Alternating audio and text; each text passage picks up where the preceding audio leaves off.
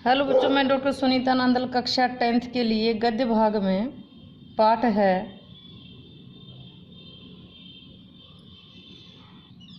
मानवीय करुणा की दिव्य चमक, जिसके लेखक हैं सर्वेश्वर दयाल सक्सेना। इसके पाठ का सार हम पढ़ चुके हैं, कहानी पढ़ चुके हैं। अभ्यास के प्रश्नोत्तर लेकर आई हूँ मैं। फादर की उपस्थिति देवदार की छाया जैसी क्यों लगती थी। देवदार का पेड़ है।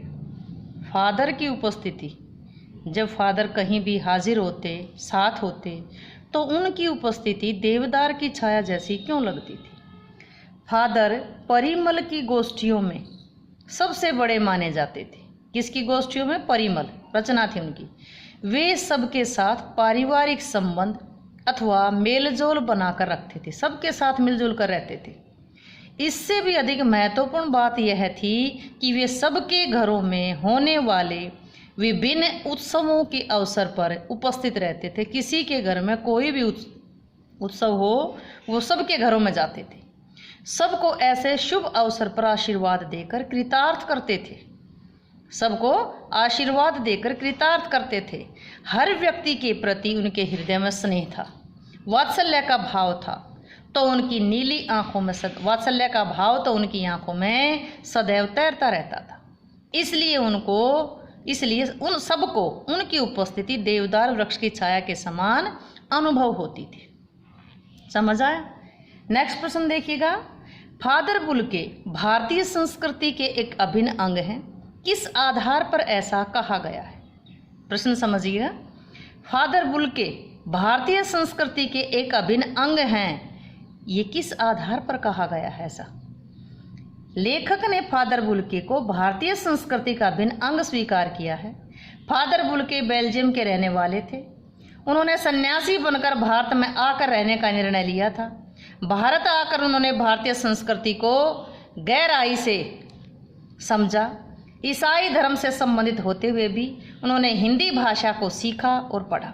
इतना ही नहीं, उन्होंने रामायण विषय को लेकर के अनेक शोध प्रबंध किए।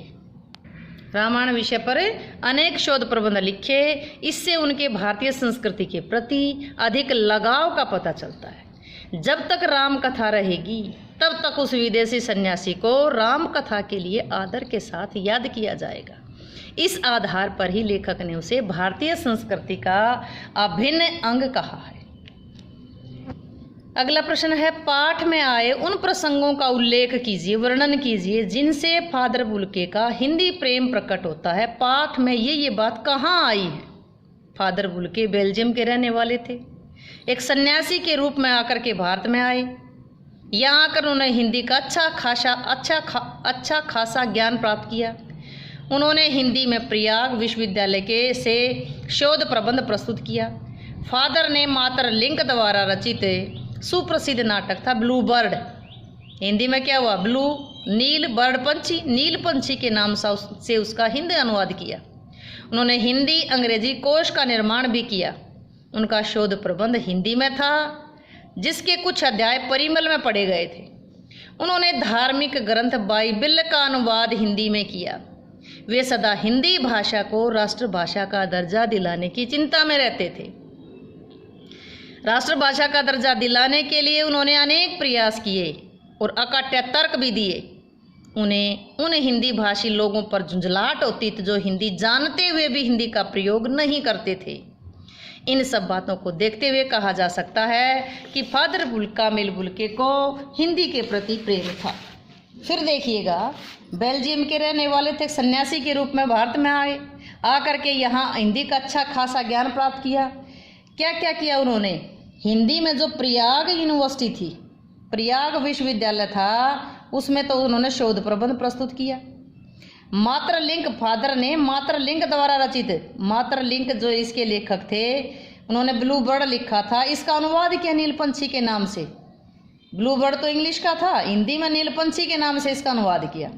पहले तो हिंदी में प्रयाग विश्वविद्यालय में शोध प्रबंध प्रस्तुत किया, फिर ब्लू बर्ड का अनुवाद किया नील पंछी के नाम से।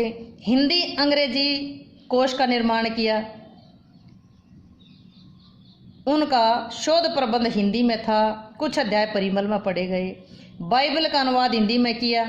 देखो, बाइबल का अनुवाद हिंदी में किया, ब्लूबर्ड का नीलपंछी के नाम से अनुवाद किया। किसमें किया? हिंदी में। उनको हिंदी की इतनी चिंता थी कि वे हिंदी को राष्ट्रभाषा का दर्जा दिलाना चाहते थे। इसके लिए प्रयास भी किए, अकाट्य ना काटने योग्य तर्क भी दिए। उन लोगों पर उनको गुस्सा आता था जो हिंदी जानते हुए भी हिंदी का प्रयोग नहीं करते थे। इन सब बातों से पता चला है कि वे हिंदी के प्रति हिंदी के प्रति वे ज़्यादा प्रेम रखते थे।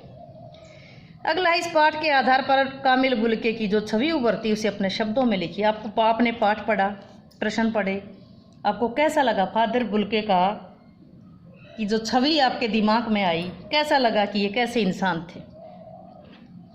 फादर कामिल बुल्के विदेशी होते हुए भी मन से भारतीय है। अभी पढ़ा हमने। उन्होंने अपना सारा जीवन भारतीय आदर्शों के अनुकूल व्यतीत किया।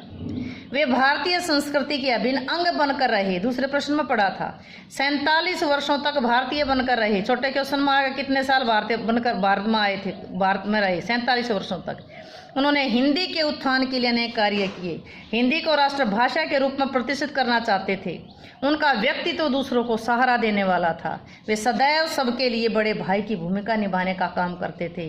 वे दूसरों के प्रति दया, सहानुभूति, करुणा और मानवीय गुणों से सदा भरे रहते थे। वे सच्चे अर्थों में संत थे। उन्हें कभी क्रोध में नहीं देखा गया।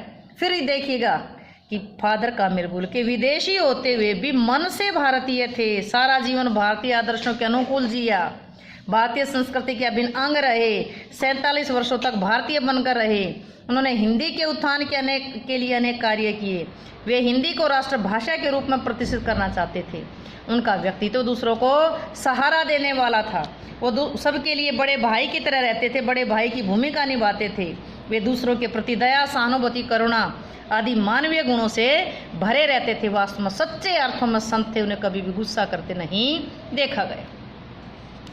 अगला प्रश्न देखिएगा, लेखक ने फादर बुल्के को मानवीय करुणा की, पाठ का नाम है मानवीय करुणा की दिव्य चमक। तो लेखक ने फादर बुल्के को मानवीय करुणा की दिव्य चमक क्यों कहा? फादर कामिल बुल्के अपने हृदय में हर दीन दुखी के प्रति करुणा का भाव रखते थे। वे एक बार जिससे रिश्ता बना लेते थे उनसे जीवन भर निभाते थे। उनके हृदय में एक अनोखी दिव्य शक्ति थी जो बड़े से बड़े दुख के समय शांति की वर्षा करती रहती थी। उनके संपर्क में जो भी आता उसका हृदय असीम शांति की अनुभूति करता था। क्रोध तो ऐसा था कि मानो उन्हें छू ही ना सका था। इसी कारण लेखक ने उन्हें मानवीय करुणा की दिव्य चमक कहा है, जो बिल्कुल उचित प्रतीत होता है। 2-3 बातें आई है। एक तो उनमें दया की भावना थी, जिससे रिश्ता बन जाता था, पूरी जिंदगी निभाया। उनके हृदय में अनोखी शक्ति थी, किसी को दुखी नहीं देख सकते थे, शांति के दूत थे। क्रोध तो उनमें था ही नहीं। इन्हीं गुणों के कारण उन्हें मानवीय करुणा की दिव्य चमक कहा। नेक्स्ट देखिए, फादर कामिल बुल्के ने सन्यासी की परंपरागत छवि से अलग एक नई छवि प्रस्तुत की। कैसे? परंपरागत सन्यासी समाज से अपना नाता तोड़ लेते हैं। वे किसी के सुख दुख में सम्मिलित नहीं होते। वे सदैव अपनी भक्ति में लीन रहते हैं, ईश्वर प्राप्ति के सुख की अनुभूति करते रहते हैं। किंतु फादर बुल्के की छवि इनसे बिल्कुल अलग थी। वे सदा समाज में रहते थे। एक बार जिससे रिश्ता बना लेते थे पूरी जिंदगी निभाते थे। उन्हें भारत में रहते हुए भी अपने परिवार वालों की चिंता रहती थी। परिवार वालों को पत्र लिखते थे। वे यहाँ भी अपने जान पहचान के लोगों के हर प्रकार के दुख सुख में शामिल होते थे। जब वे दिल्ली आते तो लेखक से ज़रूर मिलते। इसके लिए उन्हें कितने कष्ट क्यों न उठाने पड़ते। ऐसा करने के बावजूद भी वे मन से सन्यासी थे। इस प्रकार फादर कामिल बुल्के परंपरागत सन्यासी परंपरा से हटकर फादर कामिल बुल्के ने परंपरागत सन्यासी की परंपरा से हटकर के एक नई छवि प्रस्तुत की। अगला प्रश्न है, आशय स्पष्ट कीजिए। नम आंखों को गिनना शाही फैलाना है। नम होती है गिल्ली, यानी कि आंखों में पानी आना कि दुखी हुए तभी आए, या तो ज़्यादा खुशी होती है तो आता है। यहाँ दुख का जिक्र है। किसी के दुख को अनुभव करने या जान लेने का कोई पैमाना नहीं होता कि वो कितना दुखी है। जिस प्रकार बिखरी हुई स्याही को इकट्ठा करते समय वो और ज़्यादा फैल जाती है, उसी प्रकार कौन कितना दुखी है ये जान सकना आसान नहीं है, ये नहीं जाना जा सकता। अगला है, फादर को याद करना एक उदास शांत संगीत को सुनने जैसा है।